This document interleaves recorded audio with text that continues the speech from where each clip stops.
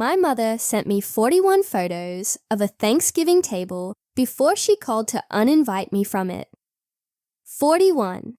I counted every single one, sitting on the floor of a walk-in cooler, because it was the only quiet place left in my own bakery. 11 months later, she sat outside my restaurant in the rain, in the dress she wore to my sister's engagement party, watching a party she wasn't invited to through a window she couldn't afford to walk past. This is the story of how a woman who spent 27 years telling me my life wasn't real found out exactly how real it could get if you've ever been the family disappointment for the crime of building something with your own two hands, the one who wasn't successful enough to sit at the table. This story is for you. Stay to the end, because the moment my mother realizes what she actually threw away is one of the most satisfying gut punches I've ever narrated. Hit subscribe, tap that like button, and let's get into it.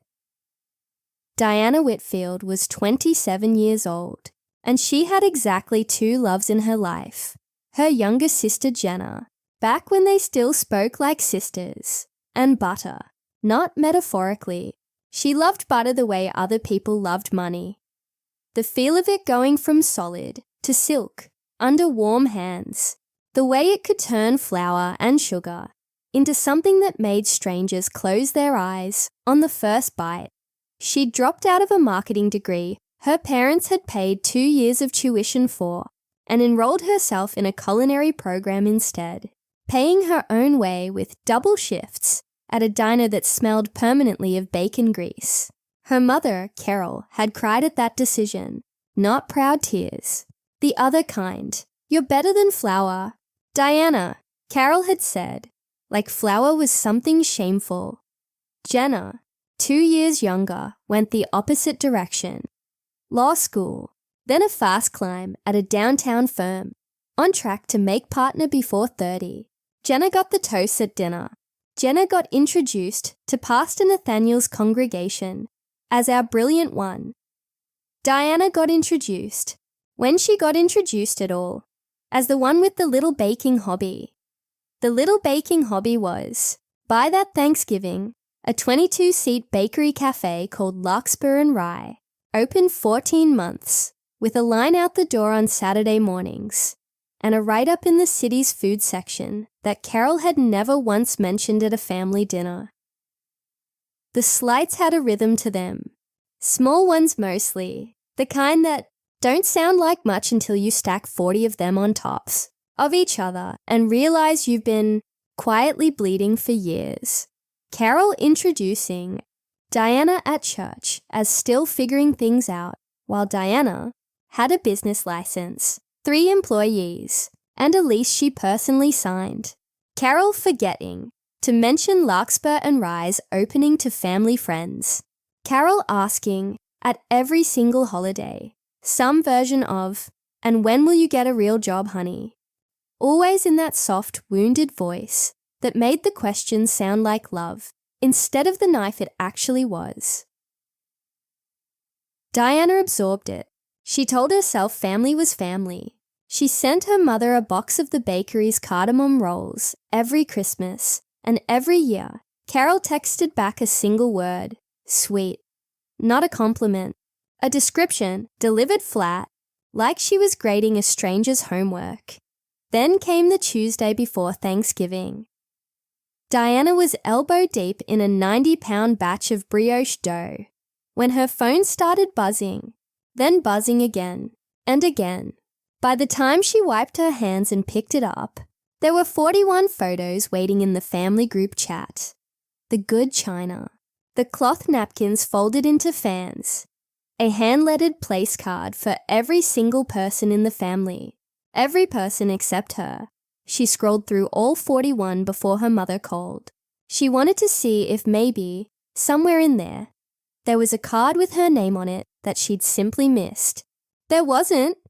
There just isn't room this year, Diana, her mother said, in the same tone she might use to explain a parking situation. You understand. Diana did not understand. She said so. Silence?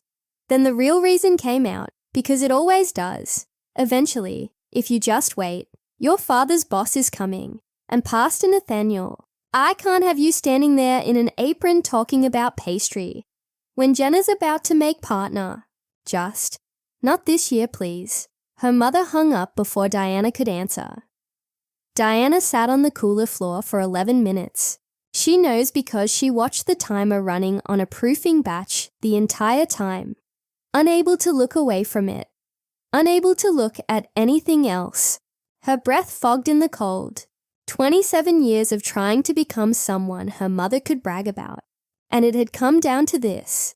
She was an inconvenience in an apron who might embarrass the family in front of a man in a suit. Something in Diana went very quiet and very still after that call. Not sad quiet, decision quiet. She didn't scream. She didn't call her mother back sobbing, the way she had after every slight before this one, hoping this time an apology might land. Instead, she opened her laptop, pulled up her calendar, and looked at the date of her sister Jenna's engagement party. 6 weeks out, being catered, ironically, by a bakery Jenna had chosen specifically because it photographed better than larkspur and rye. Diana didn't plan to ruin the party. That was never the plan. She planned something quieter and far more permanent. She stopped calling her mother, not out of anger, out of clarity. She stopped sending the cardamom rolls. She stopped showing up to family group chats with the small, hopeful updates she used to post about the bakery, the ones that always got left unread, while Jenna's law school acceptance photos got 40 likes and she started building. The revenge wasn't a scene. It was a slow, deliberate withdrawal of everything Diana had quietly been providing. A withdrawal her family didn't even notice happening until it was already finished for 3 years. Without anyone in the family knowing, Diana had been the one quietly covering her father's cell phone plan. After his hours got cut at the plant, she'd been the one who paid the deposit when her parents downsized homes, because Carol was too proud to ask Jenna, the successful one, for money and too ashamed to ask Diana out loud. So Diana had just done it, silently, wiring the funds and letting her father tell the family a version where the bank had worked something out. She stopped. She let the phone plan lapse to prepaid. She let her father find out, on his own, that there had never been a bank deal. Only a daughter he barely acknowledged at dinner, doing what a partner track attorney sister never once offered to do. Then, 3 weeks before the wedding, because Jenna's engagement became a wedding fast, the kind of fast that comes from wanting to book a venue before somebody sensible changes their mind. Diana got the call she knew was coming. Jenna, sugar sweet, asking if larkspur and rye might do the wedding cake after all. Family discount, obviously, Jenna added, like it was a favor to Diana, not the other way around. Diana said no, not cruelly, not loudly. She simply said, I'm fully booked that month, which was true, because she had booked herself solid on purpose the second she heard the wedding date, filling her calendar with clients who paid full price and said her name like it meant something. The wedding went ahead without a Whitfield-made cake, without the daughter who'd quietly kept the family afloat for 3 years, and because Diana had also, calmly, declined to help coordinate the seating chart her mother always relied on her for, with a table plan chaotic enough that Pastor Nathaniel ended up seated next to Carol's estranged sister, a combination Carol had spent a decade specifically engineering, never to happen. 6 months after that, Larkspur and Rye was named one of the 12 best new bakeries in the state by the same food critic whose column Carol read every single Sunday, over coffee, out loud, to whoever was in the room. Diana knows Carol read it because Carol texted her for the first time in 5 months. Saw the article. Congratulations, I guess. Diana didn't write back. 2 weeks after that, on a rainy Tuesday evening, one of Diana's staff, mentioned that a woman had been standing outside the front window for almost 20 minutes just watching. Diana walked to the door herself. It was her mother, in the same navy dress she'd worn to Jenna's engagement party, rain in her hair, mascara starting to run. Watching through the glass as Diana's team plated 40 dinners for a private event Carol had not been invited to and, this time, had no way of finding out about in advance.